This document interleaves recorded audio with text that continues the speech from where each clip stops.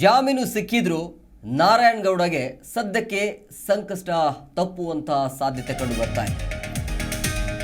ಬೆಂಗಳೂರಿನ ಹಲಸೂರು ಗೇಟ್ ಠಾಣಾ ವ್ಯಾಪ್ತಿ ಕೇಸ್ನಲ್ಲಿ ಈಗ ನಾರಾಯಣಗೌಡರನ್ನ ಮತ್ತೆ ವಶಕ್ಕೆ ಪಡೆಯಲಾಗಿದೆ.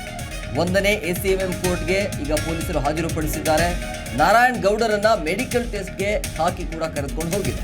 ಕರವೇ ನಾರಾಯಣಗೌಡರಿಗೆ ಬಹುತೇಕ ಇವತ್ತು ಬೇಲ್ ಸಿಗುವಂತ ಸಾಧ್ಯತೆ ಇದೆ. ಕೇಸ್ಗಳ ಮೇಲೆ ಕೇಸ್ ಆಗ್ತಾ ಇರುವಂತಹ ಹಿನ್ನೆಲೆಯಲ್ಲಿ ಆ ಕೇಸ್ ಮುಖಾಂತರ ಮತ್ತೆ ಅವ್ರನ್ನ ಅರೆಸ್ಟ್ ಮಾಡುವಂಥ ಕೆಲಸ ನಡೀತಾ ಇದೆ. ಜಾಮೀನು ಸಿಕ್ಕಿದ್ರೂ ಕೂಡ ನಾರಾಯಣಗೌಡಗೆ ಸಂಕಷ್ಟ ತಪ್ಪಿದಲ್ಲ. ಬೆಂಗಳೂರಿನ ಹಲಸೂರು ಗೇಟ್ ಠಾಣೆ ವ್ಯಾಪ್ತಿಯ ಕೇಸ್ನಲ್ಲಿ ಈಗ ಮತ್ತೆ ಅವರನ್ನು ವಶಕ್ಕೆ ಪಡೆಯಲಾಗಿದೆ. ಕನ್ನಡ ನಾಮಫಲಕಕ್ಕಾಗಿ ಅವರನ್ನು ಅರೆಸ್ಟ್ ಮಾಡಲಾಗಿತ್ತು. ಅದಾದ ನಂತರ 2017ರ ಕೇಸ್ ವಿಚಾರವಾಗಿ ಮತ್ತೆ ಅವರಿಗೆ ಅರೆಸ್ಟ್ ಮಾಡಿದರು. ಅದಾದ ನಂತರ 2021ರಲ್ಲಿ ಒಂದು ಪ್ರೊಟೆಸ್ಟ್ಗಾಗಿ ಕೋವಿಡ್ ವಿಚಾರಕ್ಕೆ ಸಂಬಂಧಪಟ್ಟಂತೆ ಪ್ರತಿಭಟನೆಯನ್ನು ಮಾಡಿದರು.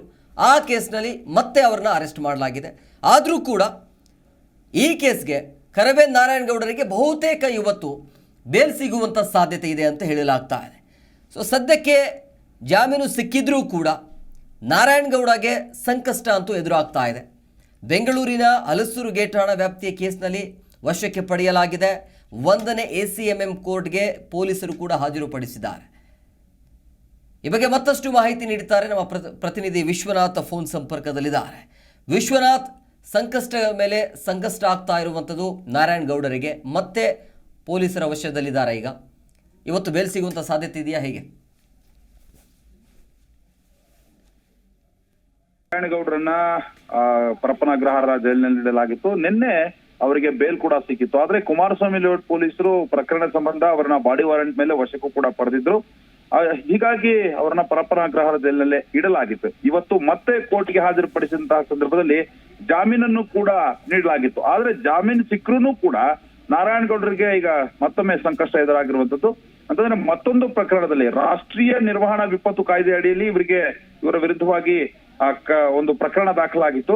ಹೀಗಾಗಿ ಹಲಸೂರು ಗೇಟ್ ಪೊಲೀಸರು ಇವರನ್ನ ವಶಕ್ಕೆ ಪಡೆದುಕೊಂಡು ಈಗ ವಿಚಾರಣೆ ನಡೆಸೋದಕ್ಕೂ ಕೂಡ ಮುಂದಾಗಿರುವಂತದ್ದು. ಸದ್ಯಕ್ಕೆ ಅವರನ್ನ ಮೆಡಿಕಲ್ ಮಾಡೋದಕ್ಕೂ ಕೂಡ ಈಗ ಪೊಲೀಸರು ಕರ್ಕೊಂಡು ಹೋಗಿದ್ದಾರೆ. 1ನೇ ACMM ಕೋರ್ಟ್ಗೆ ಇವತ್ತು ಹಾಜರುಪಡಿಸುವಂತಹ ಸಾಧ್ಯತೆ ಕೂಡ ಇದೆ. 2020ರಲ್ಲಿ ಒಂದು ಪ್ರಕರಣ ಕೂಡ ದಾಖಲಾಗಿತ್ತು. ಕೊರೋನಾ ಅವಧಿಯಲ್ಲಿ ಮೈಸೂರು ಬ್ಯಾಂಕ್ ವೃತ್ತದಲ್ಲಿ ನಾರಾಯಣಗೌಡರು ಪ್ರತಿಭಟನೆಯನ್ನ ನಡೆಸಿದ್ರು.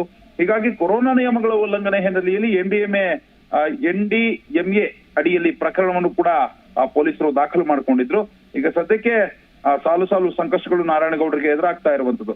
ಒಟ್ಟಾರೆ ಮೆಡಿಕಲ್ಗೆ ಈಗಾಗಲೇ ಅವರನ್ನ ಸೆಂಟ್ ಮಾರ್ಥಾಸ್ ಆಸ್ಪತ್ರೆಗೆ ಕರೆದುಕೊಂಡು ಹೋಗಿದ್ದಾರೆ ಪೊಲೀಸರು. ಮೆಡಿಕಲ್ ನಂತರ 1ನೇ ACMM ಕೋರ್ಟ್ಗೆ ನಾರಾಯಣಗೌಡರನ್ನ ಹಾಜರುಪಡಿಸ್ತಾರೆ. ಬಹುತೇಕ ಇವತ್ತು ಬೇಲ್ ಸಿಗುವಂತಹ ನಿರೀಕ್ಷೆ ಕೂಡ ಇರುತ್ತೆ.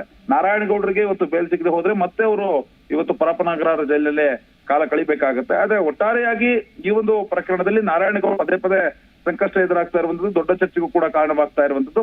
ಹಳೆ ಪ್ರಕರಣಗಳೆಲ್ಲ ಮತ್ತೊಮ್ಮೆ ಈಗ ಕೆದಕಿ ನಾರಾಯಣಗೌಡರನ್ನ ವಶಕ್ಕೆ ಪಡೆಯಲಾಗ್ತಾ ಇದೆ ಅನ್ನೊಂದು ವಾದವನ್ನು ಕೂಡ ನಾರಾಯಣಗೌಡ ಪರ ವಕೀಲರು ಕೂಡ ಮಂಡಿಸಿದ್ರು. ಈ ವಾದವನ್ನ ಕೋರ್ಟ್ ಎಷ್ಟರ ಮಟ್ಟಿಗೆ ಪರಿಗಣನೆಗೆ ತೆಗೆದುಕೊಳ್ಳುತ್ತೆ ಅದು ಕೋರ್ಟ್ ವಿವೇಚನೆಗೆ ಬಿಟ್ಟಿದ್ದು. ಸದ್ಯಕ್ಕಂತೂ ನಾರಾಯಣಗೌಡರನ್ನ ಈಗ ಮತ್ತೊಮ್ಮೆ ಮೆಡಿಕಲ್ ಟೆಸ್ಟ್ಗೆ ಕರೆದುಕೊಂಡು ಹೋಗಿದ್ದಾರೆ. ನಂತರ 1ನೇ ACMM ಕೋರ್ಟ್ಗೂ ಕೂಡ ನಾರಾಯಣಗೌಡರನ್ನ ಹಾಜರುಪಡಿಸ್ತಾರೆ.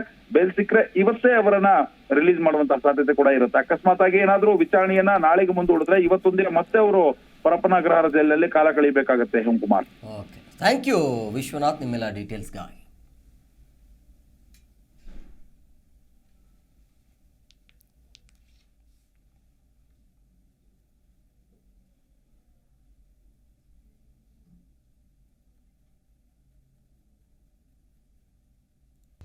ಪ್ರತಿಕ್ಷಣದ ಸುದ್ದಿಗಾಗಿ Zee Kannada news app download ಮಾಡಿ.